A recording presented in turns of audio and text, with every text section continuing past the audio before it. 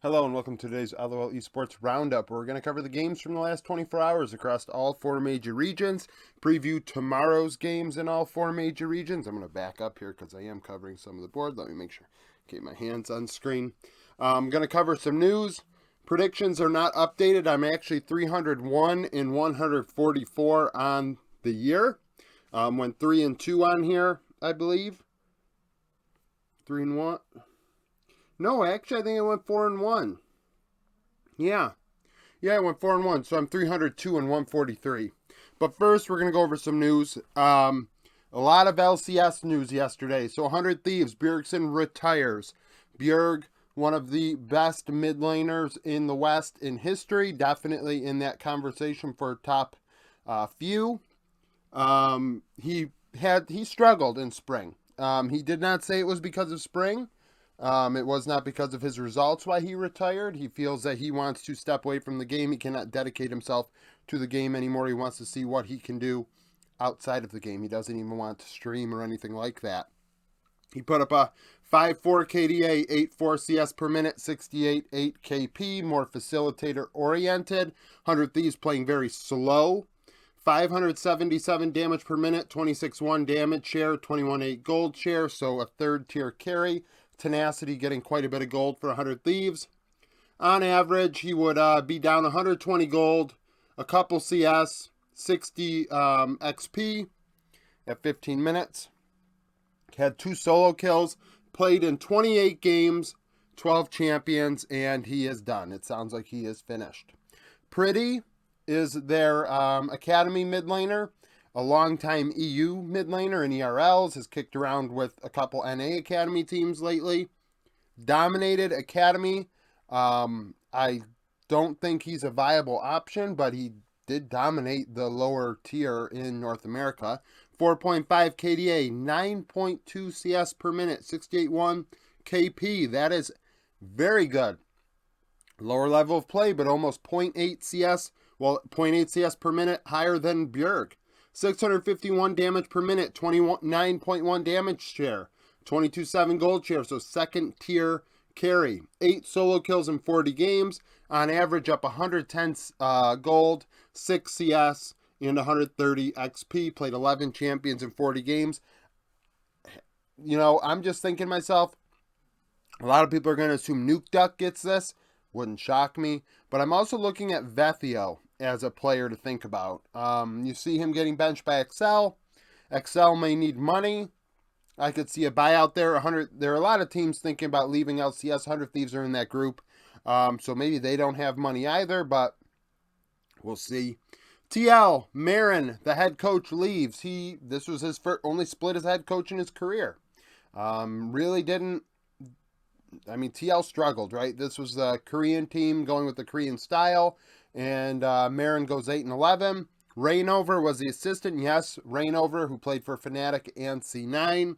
49-32 as a coach, being credited with being on C9's staff a couple times. So that is his coaching record. I don't know if he was a head coach on those teams, but 49-32 as a player. I mean, as a coach.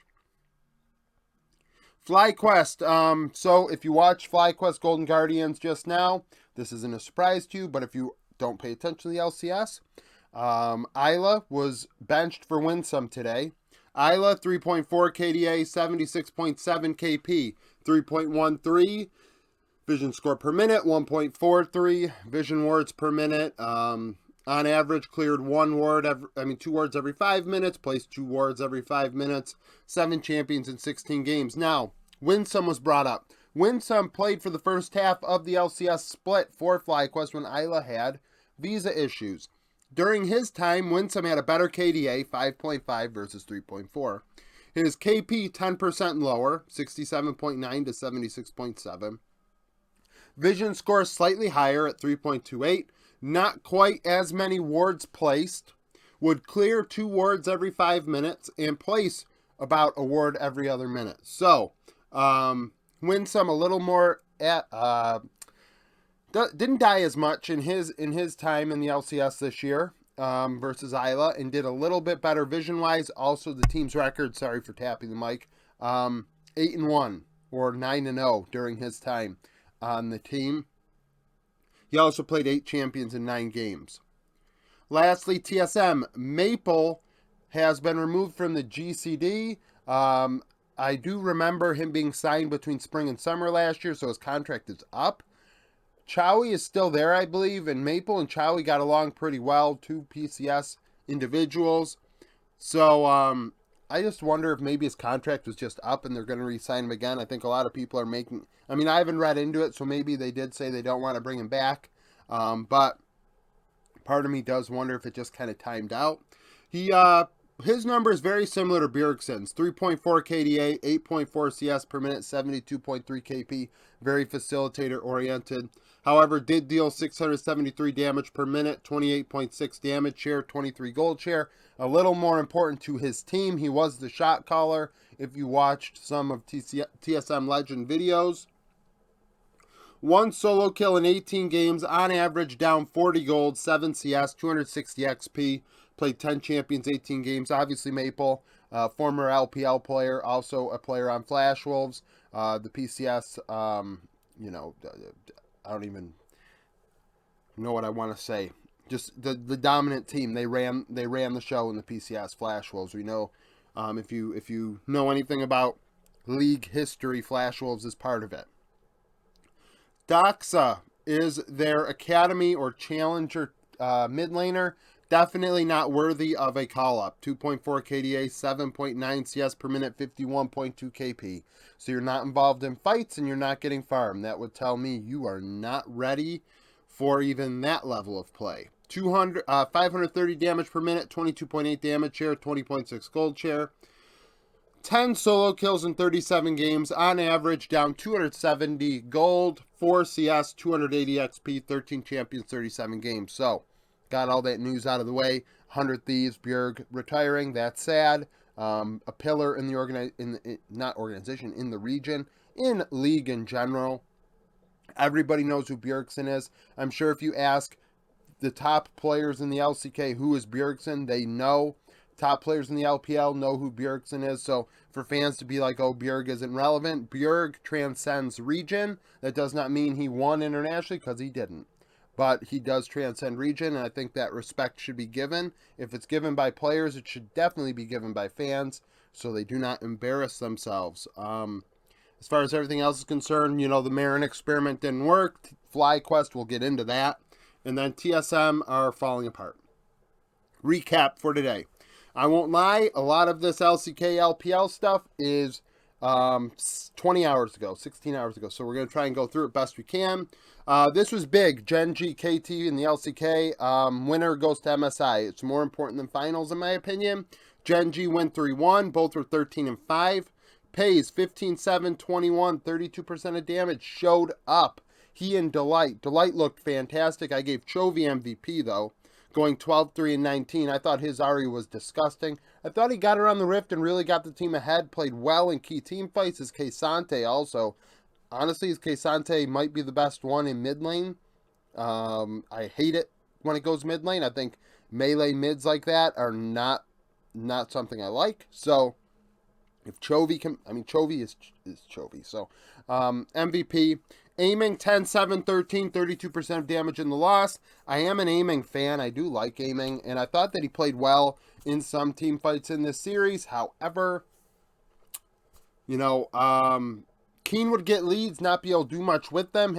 He really took advantage of Doran, I felt like, the majority of this series. Cuz actually played well, but Peanut did play better. I think Peanut had a case to be MVP. He had a 10-kill Wukong game. But in the end...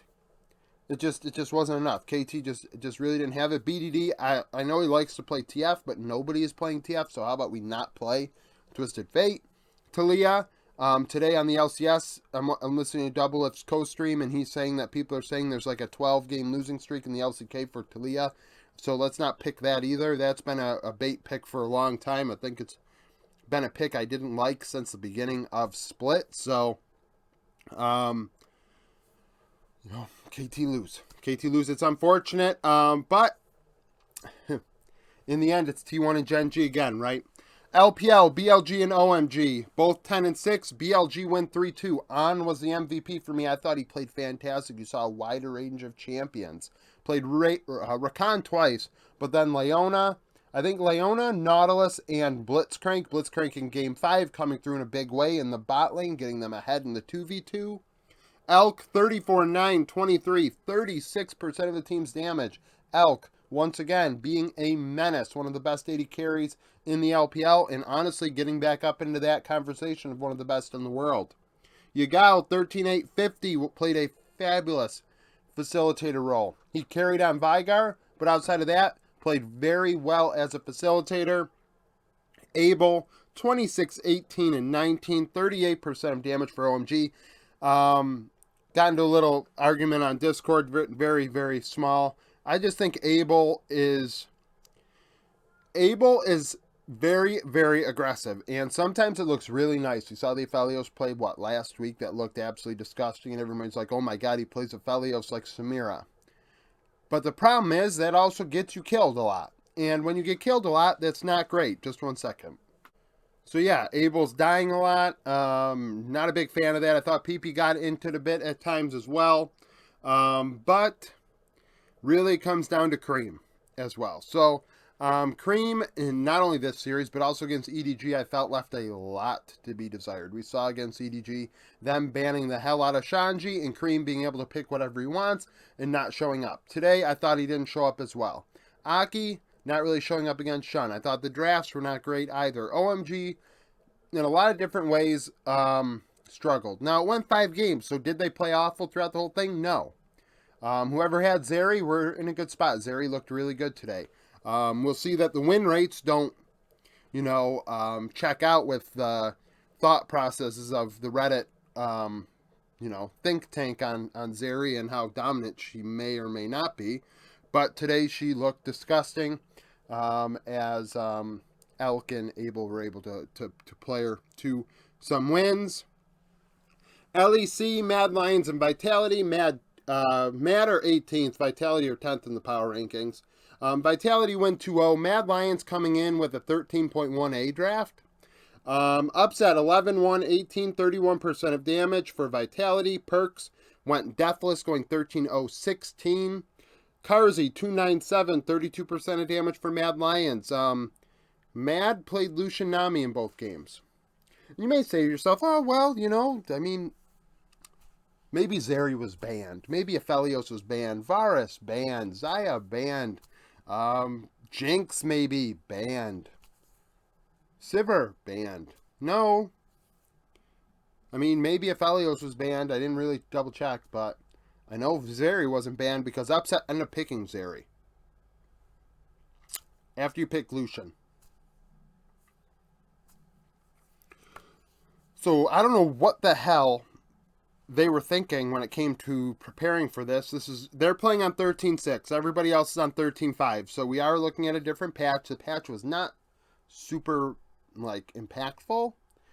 There's a video on my channel where I go over it, but they decided to go with Lucian Nami, and it did not look great. I thought Photon got the better of Chasey in Game 2, but Chasey was pretty good in Game 1. Alyoya lost on the Rift, not because of himself, but because of his team. I thought that Perks was way more impactful than Niski, which is why he was MVP, is Yone getting around the Rift in the early to mid game of Game 1 that got them ahead, because at first it felt like I really like Trundle into Maokai. I think it's a good counter. It counters the ulti a bit.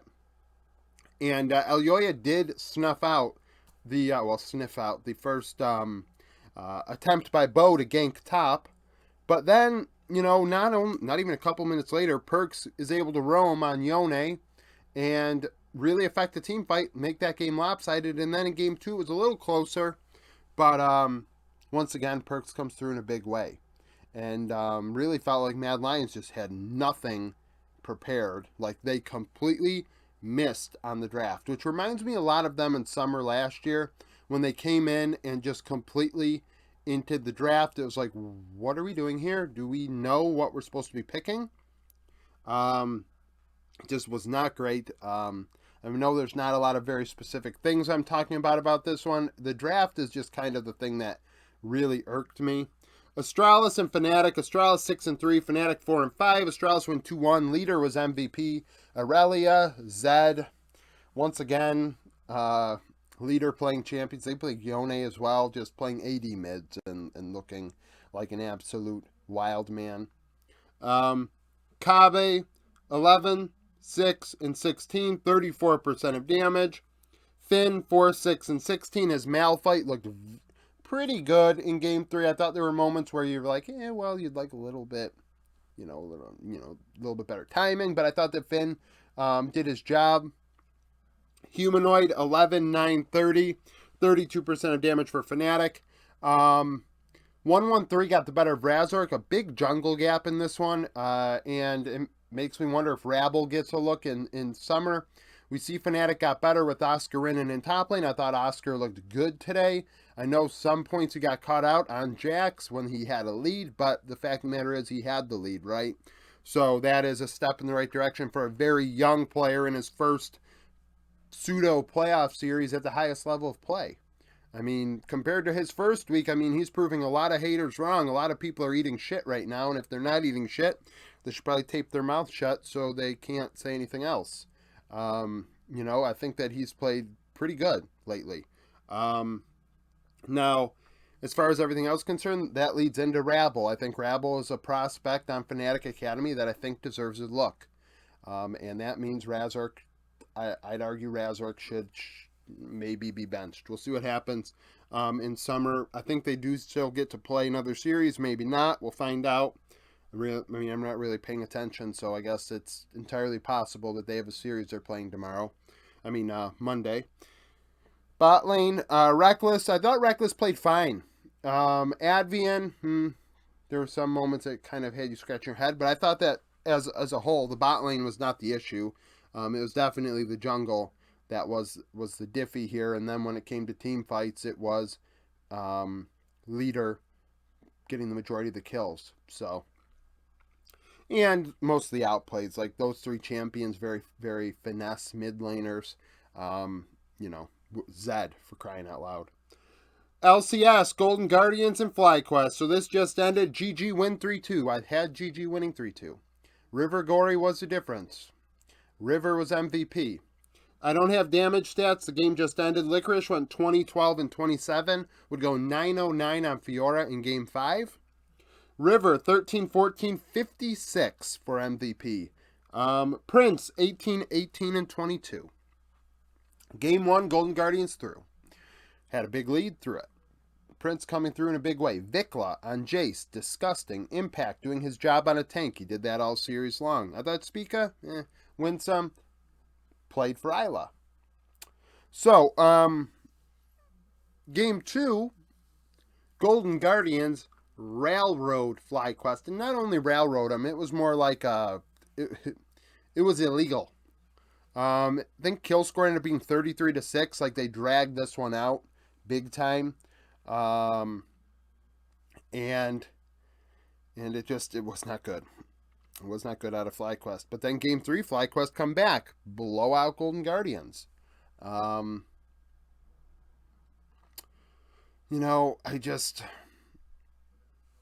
was like blue side. Everyone's blue side, blue side, blue side. Game 4, blue side as well. Trying to really think about this for a second. It's unfortunate because FlyQuest, they looked so bad with Isla, but swapping back like this at the last, well, they probably, not last minute, they've probably been scrimming with Winsome all week long. But at the same time, you have to be saying to yourself, was this the time where you're definitely going to lose with Isla? Did you cause any problems by swapping out supports? Song just won the championship swapping out junglers. So, it is what it is.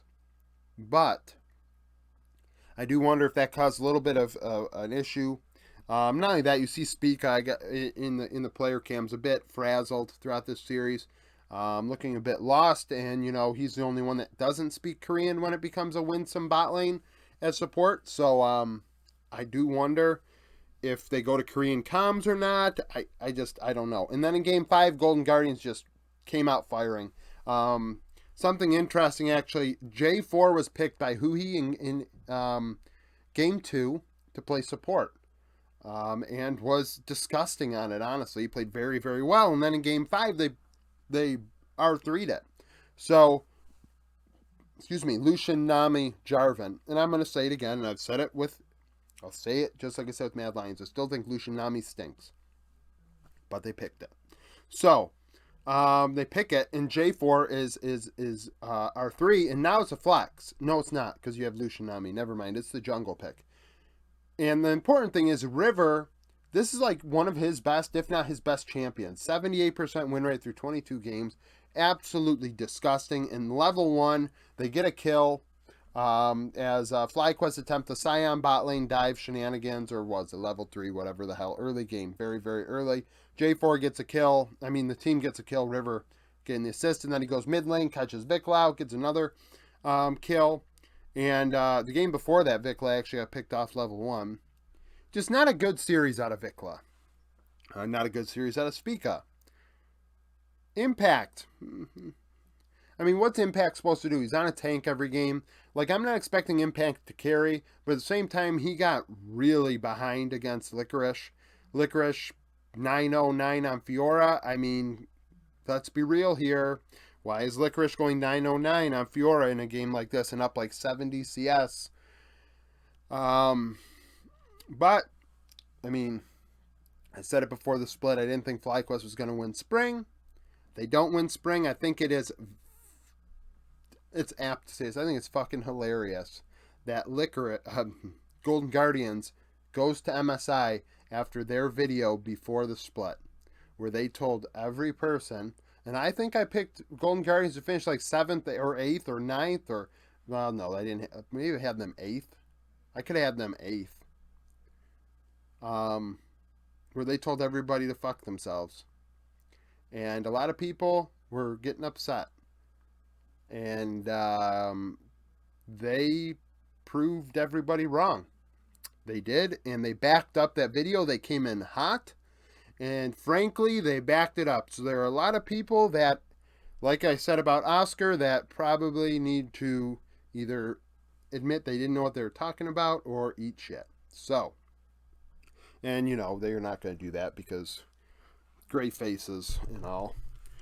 Sneak peek for tomorrow, LCK Finals, Gen G T1. Nothing on the line in this one except bragging rights. So, Gen G 13-5, T1 17-1. They played last week. T1 would win 3-1. Faker 11-10, 37, 25% of damage was MVP. Chovy 14-7, 13, 32% of damage. I would not be surprised if T1 railroads Gen G tomorrow morning in only 4 or 5 hours if you're watching this. And the fact of the matter is, I won't draw anything from that because, in my opinion, Gen G should have been preparing for that matchup there and not giving a flying whatever about T1. And T1 fans won't want to listen to that because they're I mean, I don't know. I mean, I think it's pretty reasonable. LPL, JDG, and EDG. Winner, I think, goes to MSI. Loser ends up playing BLG. JDG second, EDG seventh, both 13-3. They played, obviously, during spring. EDG would win 2-0. Leave was MVP, going 5-0-15, 20% of damage. Ruler in the loss went 4-6-3, 26%. This one will be very fun as EDG continues to impress, and JDG, like Fly, have a lot of growing to do as a group. Obviously, 5 players that have reputations for themselves, but they need to put all the puzzle pieces together. LCS finals, I guess I'll go next because the way I built the damn board. I'll move for a second. Golden Guardians C9. Last time they played, Golden Guardians would win. It was in week 5. Damn it, I didn't look up the MVPs. Oh, damn. Well, I don't have stats up there for you to look at. we're going to talk about this, I guess, just abstractly for a moment. Not quite as short as how I do it for other series. So, River, Gory into Blabber, Eminez. Golden Guardians favored. And top lane, Fudge, Licorice. Fudge favored. Bot lane, Berserker, Sven. C9 favored over Stixay Hui.